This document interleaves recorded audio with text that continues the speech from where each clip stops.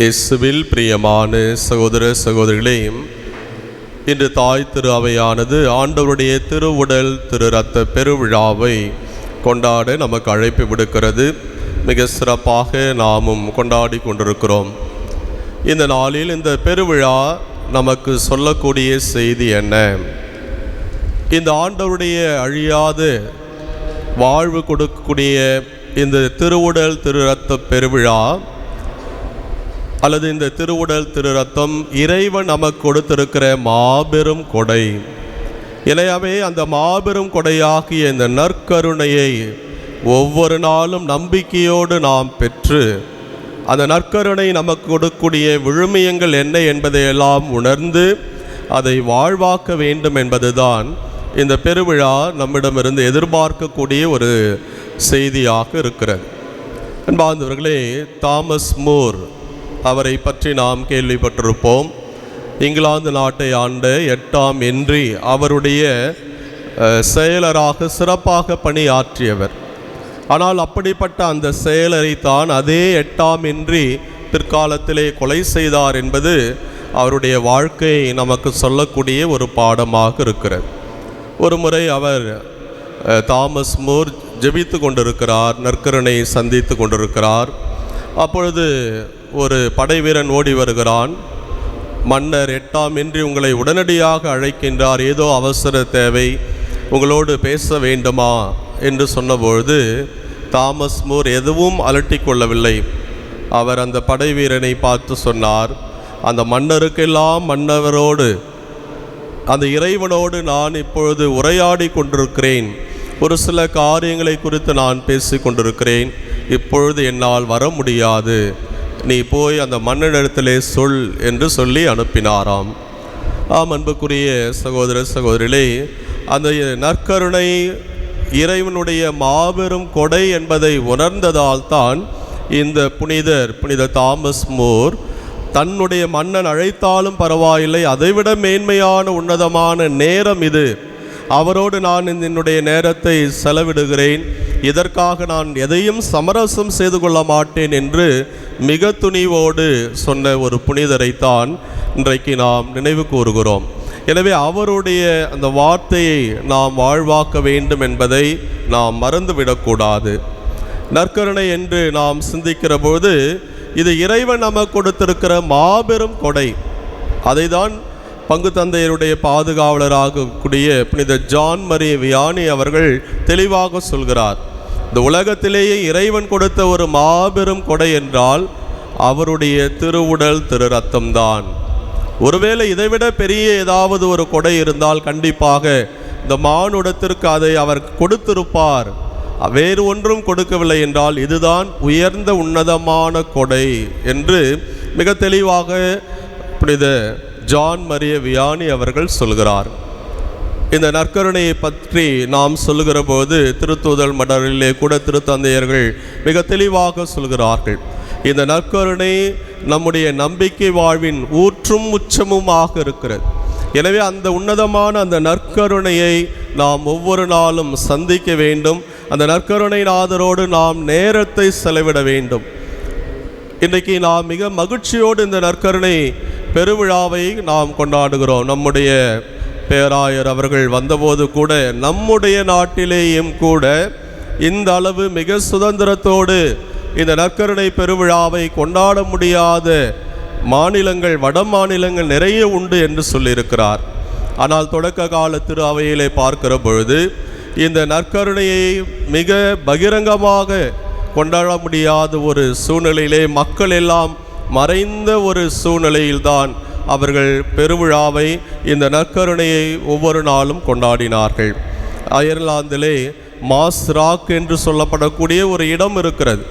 அந்த இடத்திலே மக்கள் எல்லாம் ஒன்று கூடி அவர்கள் இந்த திருப்பலியை மறைமுகமாக கொண்டாடினார்கள். காரணம், அந்த நாடு அப்பொழுது அதை ஏற்றுக்கொள்ளவில்லை, அங்கீகரிக்கவில்லை.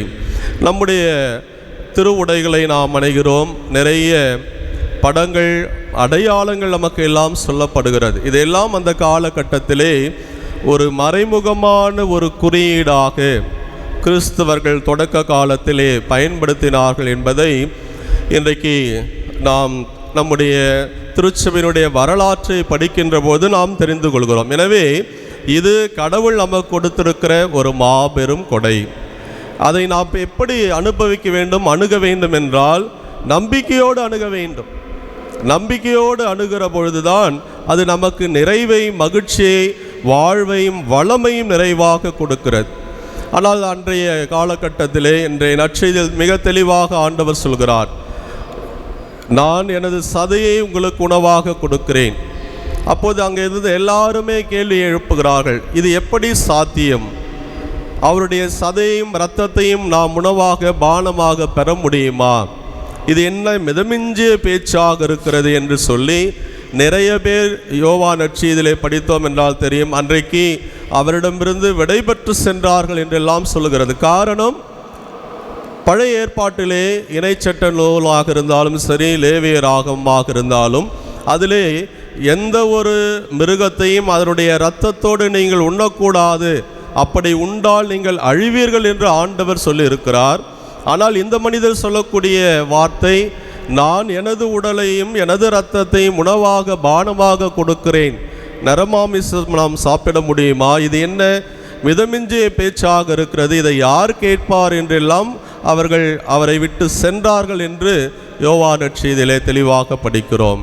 அன்பார்ந்தவர்களே, ஆண்டவர் மிக தெளிவாக சொல்கிறார், என் உடலை, என் இரத்தத்தை நான் நேரடியாக சொல்லாமல் இதை உண்ணக்கூடியவன் என்னில் நிலைத்திருக்கிறான் என்ற மிக மேன்மையான உன்னதமான ஒரு செய்தியை அவர் நமக்கு கொடுக்கிறார். எனவே இந்த நம்பிக்கை கொடுக்கக்கூடிய, இந்த நலம் தரக்கூடிய நற்கருணையை ஒவ்வொரு நாளும் நாம் நம்பிக்கையோடு பெற வேண்டும். இன்றைக்கும் கூட எத்தனையோ புனிதர்களுடைய வாழ்வில் வெறும் நற்கருணையை மட்டுமே உண்டு பல மாதங்கள், ஆண்டுகள் வாழ்ந்திருக்கிறார்கள் என்பது அவருடைய வரலாறு நமக்கு சொல்கிறது. இன்றைய நவீன காலத்திலும் கூட கார்லோ அக்யூட்டஸ் என்ற ஒரு இளம் வயது அல்லது ஒரு வாலிபன், அவனை இன்றைக்கு திரு அவை புனித நிலைக்கு உயர்த்திருக்கிறது என்று சொன்னால், இந்த நற்கருணை பற்றிய மேன்மையும் நற்கருணை புதுமைகளையும் இந்த நவீன காலத்திலே மிக தெளிவாக எல்லா இடங்களுக்கும் கொண்டு சென்றதால் தான் திரு அவை அவரை உயர்த்தியிருக்கிறது.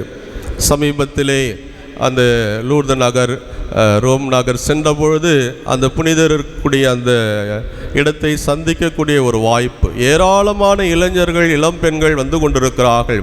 இன்றைக்கு செல்போன் என்கின்ற அந்த தொலை தொடர்பு சாதனம் சாத்தானுடைய பிரதிநிதியாக நம் கரங்களில் எல்லாம் அழிந்து கொண்டிருக்கிறது. ஆனால் இந்த காலகட்டத்திலும் கூட அந்த நவீன கருவியை வைத்து அது எது நமக்கு அழிவை தருகிறது என்று உலகமெல்லாம் புலம்பிக் கொண்டிருக்கிறோமோ, அதை வைத்து இன்றைக்கு இந்த நற்கருணையுடைய மேன்மையை அவர் கொண்டு சென்றிருக்கிறார். அது நம்பிக்கையினால் தான் அதை எல்லாம் நிறைவாக செய்திருக்கிறார். எனவே அவருடைய அந்த முயற்சியை, மேன்மையை பாராட்டி தான் இந்த புனித நிலையை தாய் திரு அவை அவருக்கு கொடுத்திருக்கிறது. எனவே நம்முடைய பிள்ளைகளுக்கு இந்த நற்கருணையின் மீது நம்பிக்கையை நாம் ஒவ்வொரு நாளும் ஊட்டி வளர்க்க வேண்டும். அதை நாம் தகுந்த தயாரிப்போடு பெறுவதற்கான பல முயற்சிகளை மேற்கொள்கிறோம். அதுதான் ஒரு மாத கால அவகாசம் தயாரிப்பு. ஆனால் இன்றைக்கு ஃபாஸ்ட் ஃபுட் கல்ச்சர் என்று சொல்லக்கூடிய இந்த காலத்திலே எல்லாமே துரித உணவு, துரிதமாக எல்லாத்தையும் கொடுத்து விட வேண்டும், அதற்கென்று உரிய கால தயாரிப்பு இல்லை என்பதுதான் ஒரு நம்முடைய நாட்களிலே நாம் மிகவும் வருந்தக்கூடிய ஒன்றாக இருக்கிறது. எனவே இந்த நற்கருணையின் மீது நம்பிக்கையை ஒவ்வொரு நாளும் பிள்ளைகளுக்கு நாம் சொல்லி வளர்க்க வேண்டும். அன்பார்ந்தவர்களே, மீட்பின் வரலாற்றை படிக்கிற பொழுது அந்த பாஸ்கா உணவை அவர்கள் உண்கிற போதெல்லாம் இதை ஏன் நாம் இப்படி உண்ண வேண்டும் என்று அந்த பிள்ளைகள் கேட்பார்கள். அந்த குடும்பத்தில் இருந்த பெரியவர்கள் அந்த கடந்து வந்த அந்த காலத்தை ஆண்டவர் யாவே இறைவன் எப்படியெல்லாம் தங்களை உணவை கொடுத்து தண்ணீரினால் அவர்களை கொடுத்து அந்த மீட்பை பெற்றுத்தந்தார் என்ற வரலாறை ஒவ்வொரு ஆண்டும் அவர்கள் கொண்டாடினார்கள். அதுபோல நம்முடைய குடும்பத்திலே பிள்ளைகளுக்கு இந்த நற்கருணையின் மீதான நம்பிக்கையை நாம் ஊட்டி வளர்க்க வேண்டும். அப்படி வளர்க்கிற பொழுதுதான் இன்றைய இரண்டாவது வாசகம் நமக்கு சொன்னது போல இந்த நற்கருணை காட்டக்கூடிய விழுமியங்கள், அந்த நம்பிக்கை, அது ஒன்றிப்பு, அங்கு எந்த ஒரு வேறுபாடும் இல்லாத ஒரு சூழ்நிலையிலே ஒரே நிலையில் எல்லாரும் அதே ஒரே அப்பத்திலும் ஒரே கிண்ணத்திலும் நாம் பங்கெடுத்து திருச்செவினுடைய மறையுடலாகிய அந்த கிறிஸ்துவுக்கு நாம் சாட்சிகளாக இருக்கிறோம். அன்பார்ந்த சகோதர சகோதரிகளே, இந்த ஆண்டவருடைய திருவுடல் திரு இரத்த பெருவிழாவை கொண்டாடக்கூடிய இந்த நாளில் நாம் அந்த நற்கருணை நாதர் நமக்கு கொடுத்திருக்கக்கூடிய அந்த மாபெரும் கொடையை நாம் உணர்வோம். அதை ஒவ்வொரு நாளும் நம்பிக்கையோடு உட்கொண்டு அந்த நற்கருணனை நம்ம காட்டக்கூடிய விழுமங்களை வாழ்வாக்கு முயற்சியெடுப்போம். அதற்கு தேவையான வரத்திற்காக தொடர்ந்து ஜெபிப்போம். இறைவன் நேசு நம்மை நிறைவாக ஆசீர்வதிப்பாராக. ஆமேன்.